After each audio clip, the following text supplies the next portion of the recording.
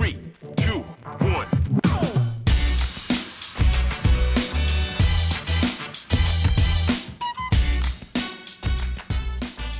Pep Guardiola, if we perform in this way, we don't have a chance. Bro, he's saying all of this, bro. He's chatting shit. You know the ones. Pep's just trying to do the mind games, fam. That's what he's trying to do, fam. This guy, he's not serious. He does it all the time. He always does that. You know what I'm saying? He always does that. He say all these things. We don't have a chance. Just like he said he couldn't replace Kun Aguero and all that. Bro, he does that. Do you know what I'm saying? Now he does that, and then he'll turn up and his players will be fired up, bro, and he'll have a 2 at the back formation ready for us. That's what Pep's gonna do, fam. Yeah, Rick, and they lost yesterday, bro. He's running, he's running from the grind. He didn't want to see my bold manager, bro. It would have been a battle of the barleads, blood, and he didn't want it. You know them, man. That's all it was. You know what I'm saying? That's all it was. So now, you know what I'm saying?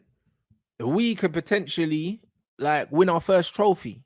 The first year under this manager, bro. Like we won't get a better opportunity to win a trophy.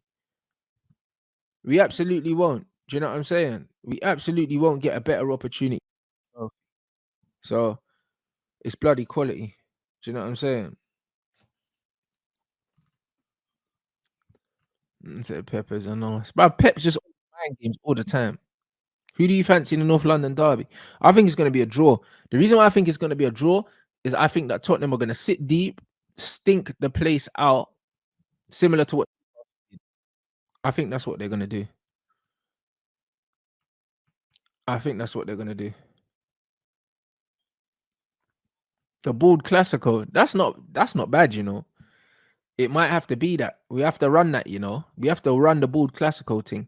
Man, them in the chat, put your El Clasico, London Derby match predictions in the chat. I think that it's going to be like a 1-1 draw because I just think Tottenham are going to stink the place out. I think Arsenal will batter them, but I think Tottenham will frustrate them because Tottenham are at home.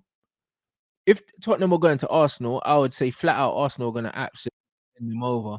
However, I don't see that as being the case. I don't see that as being the case. I think the game's going to be boring. Yeah, Spurs are going to park the bus like Newcastle did. Absolutely. I think it's going to be a boring game. I think it's going to be a horrible one for the neutrals. I mean, and I see Tottenham leaving with something. They're leaving with something. Because you saw in the Newcastle game, you can frustrate Arsenal if you just sit really, really, really deep. Do you know what I mean? And that's what they're going to do. Like, if you honestly think Tottenham are coming out to play football against Arsenal, then whatever you're smoking, send me that. Because them man are not. Bruv, look at what we done to Tottenham here at Argaff. They just sat back. Do you know what I mean? They just sat back. And bruv, at home with the crowd behind them, they'll do the same thing against Arsenal. They won't care if they receive the ball or not. They're just going to sit back. You know what I mean? And then try and get Harry Kane on the ball. Quick counter-attack with Heung-min Son. And I think that Kulusevski is back. But don't quote me because I'm not sure. Man said bet your yard on Kane scoring a pen. Absolutely.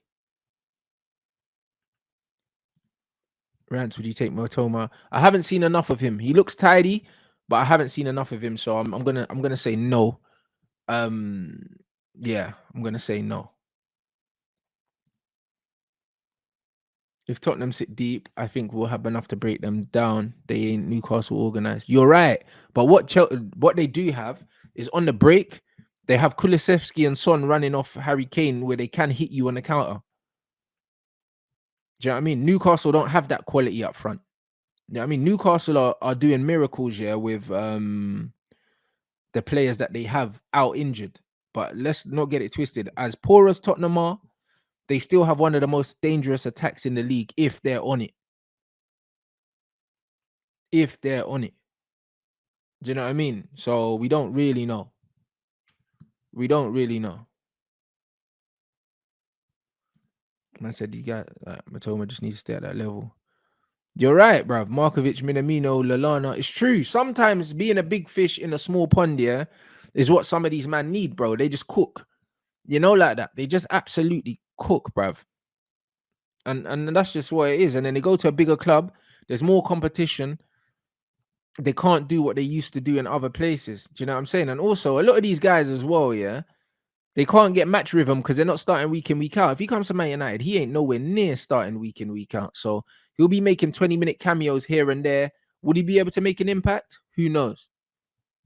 Who knows? We have 6 games between now and the end of Jan. That's mad.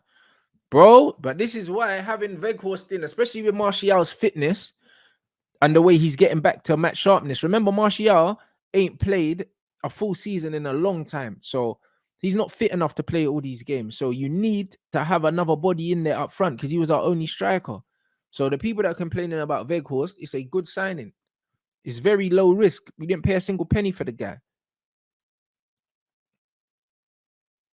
You know what I mean? So now I think it's decent. Zaha and Grealish, 100%. But I think the Grealish thing is more a system thing than an ability thing. The Zaha thing, I think Zaha has to be the main man. But then at the same time, I think Jack has to be one of the main men as well. So you are right in a sense that stylistically, these are two players that you need to play through them to get the best out of them. I wouldn't necessarily say that you have to play through Matoma, but I feel like to get the best out of a Grealish, to get the best out of a Zaha, you need to play through them. And that was similar to Pepe at Pepe in France compared to Pepe at Arsenal. And the thing is, Pepe's numbers at Arsenal weren't actually that bad, but they just didn't play through him in it because it's a higher level, so you don't need to play through him. You've got better players there. So I completely understand what you're saying in terms of stylistically. You're right. Them kind of players, they need to be the focal point of the team. I think Zaha could play at a top team though. I think he could play at a top team. And Grealish isn't a winger. You're right. Grealish is like a roaming 10 in it, but it's kind of like he picks up wide positions, so people play him out wide. Do you know what I mean? But he could play in like a roaming 8 and he could play in a 10 as well because Grealish is actually decent defensively. If you watch him at Villa, he was winning the ball deep, picking up the ball and driving with it. Like he wasn't starting out wide. So do you know what I mean? It's just one of them ones. Exactly. He just plays in the hole and he gets on the ball, almost like a free roll. He just plays where he wants. But to have someone like him, you need to set up a team to facilitate someone like him. So you make him your main man.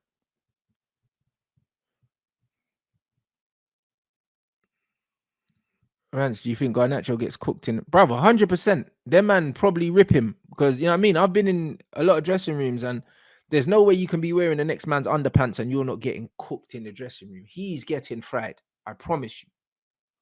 I promise you. I could put my life on that.